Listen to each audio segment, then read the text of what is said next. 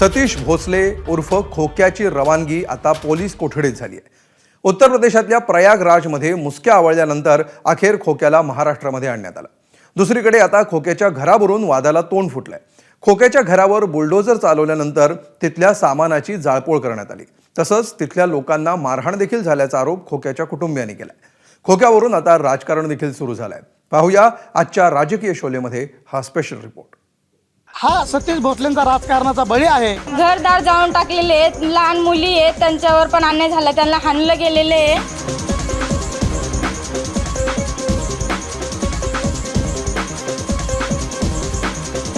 लोकांना मारहाण करणाऱ्या, पैशांचा माज दाखवणाऱ्या खोक्याचं पार्सल अखेर महाराष्ट्रात आलंय। प्रयागराजमधून जेरबंद खोक्या विमानाने छत्रपती संभाजीनगर विमानतळावर उतरला। त्यानंतर एअरपोर्टवरून त्याला शिरूर कासारला नेण्यात आलं। तिथे त्याची वैद्यकीय चाचणी करण्यात आली।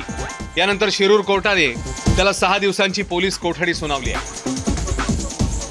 12 मार्चला सकाळी 9च्या सुमारास प्रयागराज विमानतळावर त्याला अटक झाली। संध्याकाळी 5च्या सुमारास बीड जिल्ह्यातून खोक्याच्या हद्दपारीला मंजुरी मिळाली। 13 मार्चला सकाळी 8च्या सुमारास बीड पोलिसांकडून प्रयागराजमध्ये खोक्याचा ताबा घेण्यात आला। 13 मार्चला संध्याकाळी 5च्या सुमारास बीड पोलीस खोक्याला घेऊन वाराणसी आणि तिकडून मुंबईकडे रवाना झाले। रात्री 12:30च्या सुमारास बीड पोलीस खोक्याला घेऊन विमानाने मुंबईत आले। 14 मार्चच्या पहाटे 5च्या सुमारास खोक्याला घेऊन बीड पोलीस संभाजीनगरला विमानाने रवाना झाले। सकाळी 6:30च्या सुमारास संभाजीनगर एअरपोर्टवरून खोक्याला शिरूर कासारला नेण्यात आलं। पण खोक्याच्या अटकेवरून आता राजकीय धुळवड रंगण्याची शक्यता आहे। कारण खोक्याच्या वकिलांनी केलेले आरोप। खोक्या राजकारणाचा बळी ठरत असल्याचा आरोप त्याच्या वकिलांनी केलाय। भाजपा आमदार सुरेश धस यांचा कार्यकर्ता असल्यानंच खोक्यावर खुनशीपणाने कारवाई होतीये असं वकिलांचं म्हणणं आहे। पारधी समाजाचं पोरग महाराष्ट्रामध्ये खूप गाजतंय। एका आमदाराचा कार्यकर्ता आहे, एका मंत्र्याचा कार्यकर्ता आहे। म्हणजे विषय असा आहे की तो आमदाराचा कार्यकर्ता आहे म्हणजे इथल मागासवर्गीयांनी, भटके विमुक्तांनी, आदिवासींनी कुठल्या आमदाराचा किंवा कुठल्या पक्षाचा कार्यकर्ता होऊच नाही का? आणि तो हा सतीश भोसलेंचा राजकारणाचा बळी आहे। आमदार आणि जे काही मध्यंतरी बीडमध्ये जे वातावरण झालंय जातीयवादाचं, हा जातीयवादाचा सतीश भोसलेचा बळी आहे। सतीश भोसलेच्या आडून सतीश भोसले जे अक्का म्हणतात का, खरं तर तुम्हाला सांगतो सतीश भोसले ज्यांचा कार्यकर्ता आहे हा त्यांच्यावरचा रोष आहे। म्हणजे वड्याचं तेल वांग्यावर निघलंय।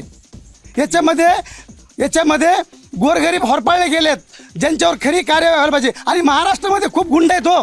सतीश भोसलेवरती जी कार्यवाही झाली ती महाराष्ट्रातल्या एकाही गुंडावरती कार्यवाही झाली नाही। भाजपा आमदार सुरेश धस यांचा कार्यकर्ता असलेला खोक्या मारहाणीच्या व्हिडिओमुळे गोत्यात आला। नोटांची मंडलं घेऊन फिरणाऱ्या आणि नोटा उधळणाऱ्या खोक्याने आधीच धुमसत असलेल्या बीडच्या राजकारणात खळबळ उडवून दिली आहे। हरणं आणि मोरांच्या शिकारीची आवड असलेला खोक्या वन विभागाच्याही रडारवर आलाय। अखेर खोक्या प्रयागराजमध्ये असताना वन विभागाने त्याच्या घरावर बुलडोजर चालवला। वन विभागाच्या जागेवर असलेलं त्याचं बेकायदा घर भुईसपाट करण्यात आलं।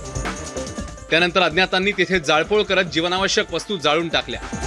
तसंच तिथे असलेल्या बायका मुलांना मारहाण झाल्याचा आरोप खोक्याच्या कुटुंबियांनी केलाय आणि न्यायाची मागणी केली आहे।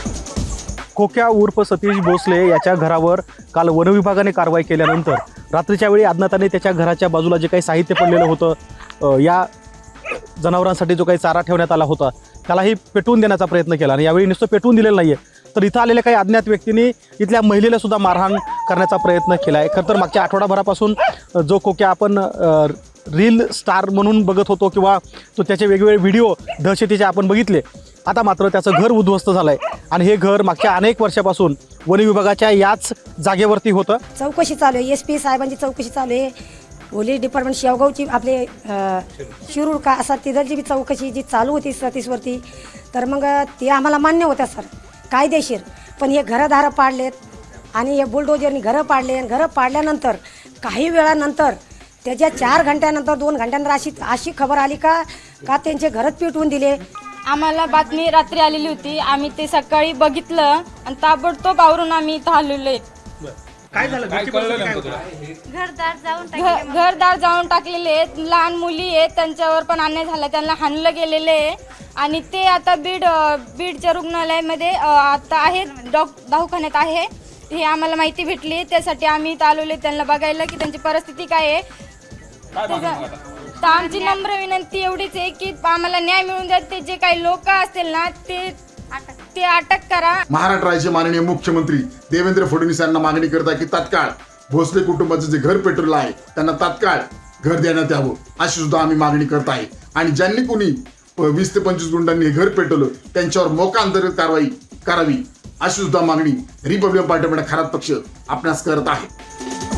खोक्यावर जवळपास 20च्या वर गुन्हे दाखल आहेत. मुळातच गुन्हेगारीमुळे चर्चेत आलेल्या बीडमध्ये वाल्मिक कराड पाठोपाठ खोक्यासारखी एकामागोमाग एक प्रकरणं बाहेर आली आहेत. संतोष देशमुख हत्या प्रकरणाचा सूत्रधार वाल्मिक कराड हा धनंजय मुंडेंचा उजवा हात, तर सतीश भोसले उर्फ खोक्या हा सुरेश धस यांचा जवळचा कार्यकर्ता. धनंजय मुंडे यांचा राजीनामा होईपर्यंत सुरेश धसांनी संतोष देशमुख हत्येचं प्रकरण धसास लावलं. आता त्यांचाच कार्यकर्ता असलेला खोक्या कायद्याच्या कचाट्यात सापडल्यानं राजकीय हिशेबांचे आरोप होणारच. पण त्यात न अडकता खोक्यांसारख्यांना धडा शिकवून बीडमधल्या गुंडगिरीची साफसफाई करण्याचं मोठं आव्हान पोलीस आणि न्याय यंत्रणेसमोर आहे. गोविंद शेळकेसह कृष्णा केंडे, एबीपी माझा, बीड. एबीपी माझा, उघडा डोळे बघा नीट.